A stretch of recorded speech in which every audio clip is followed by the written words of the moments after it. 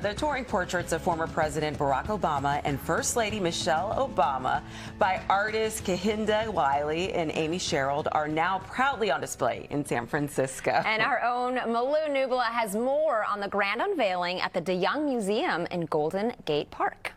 The Fine Arts Museums of San Francisco are celebrating the Obama Portraits Tour, organized by the Smithsonian's National Portrait Gallery. And the portraits are now on display at the DeYoung Museum in San Francisco, and we got a chance to see them up close.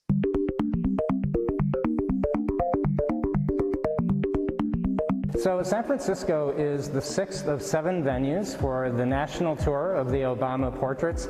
The National Portrait Gallery, which owns the paintings, felt it was very important that although 4 million people have seen these portraits in Washington, D.C., that they travel the nation so that all Americans would have an opportunity to see them in person. The Obama portraits were officially unveiled in Washington, D.C. on February 12th, 2018. And they are a big break from traditional portraits of presidents and first ladies.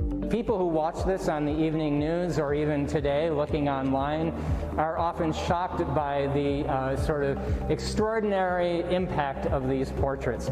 They're so daring, they're so innovative, and so unconventional. So the National Portrait Gallery in Washington, D.C. owns a complete set of presidential portraits. And with the end of every administration, they commission a portrait of the departing president. Barack Obama, of course, was the most recent president to have a portrait commissioned. And this image depicts him seated in a 19th century chair. And this is actually a direct quotation or reference to a portrait by the artist Wiley of Abraham Lincoln. Abraham Lincoln famously led a divided nation before and during the Civil War, and Obama considers him to be his political hero and role model as someone who tried to unite a divided nation. We can all recall Obama's famous speech at the Democratic Convention that made him a star, in which he said, "I don't see red America or blue America, I see the United States of America."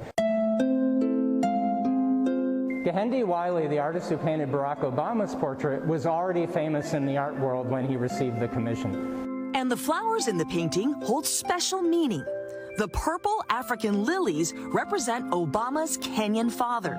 The white jasmine signifies his birth in Hawaii and childhood in Indonesia. The yellow and pink chrysanthemums are Chicago's official flower.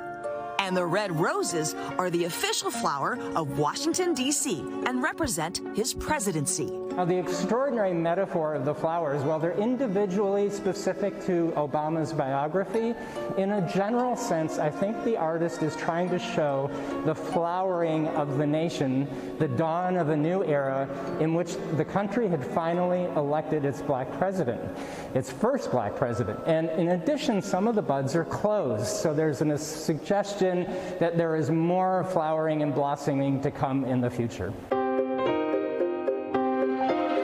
Michelle Obama was posed originally in a garden setting in Georgetown, just outside Washington, D.C. Now, in the final painting, all the trees and foliage in the original source photograph have been completely removed. It's as if she is existing without a context and seemingly not of this world. The beautiful, extraordinary dress that she wears is very much a nod to her status as a style icon. And Amy Sherald, the artist, said it reminded her of two things. One is very abstract paintings, geometric abstractions created by the famous artist Mondrian. And the other thing that it reminded her of was Gee's Bend quilts made by the women of Gee's Bend, Alabama, who were descended from the history of slavery.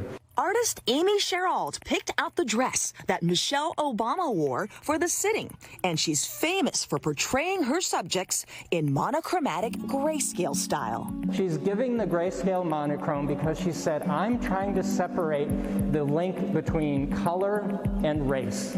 She wants her viewers to see Michelle Obama and all her sitters as unique human beings, not as some kind of cultural stereotype. When you look at Michelle Obama, who has a very very, I would say, a very contemplative pose. Her hand is to her head, which is a traditional pose for a thinker, like Rodin's famous thinker at the Legion of Honor, or perhaps even a little bit of melancholy or thoughtfulness.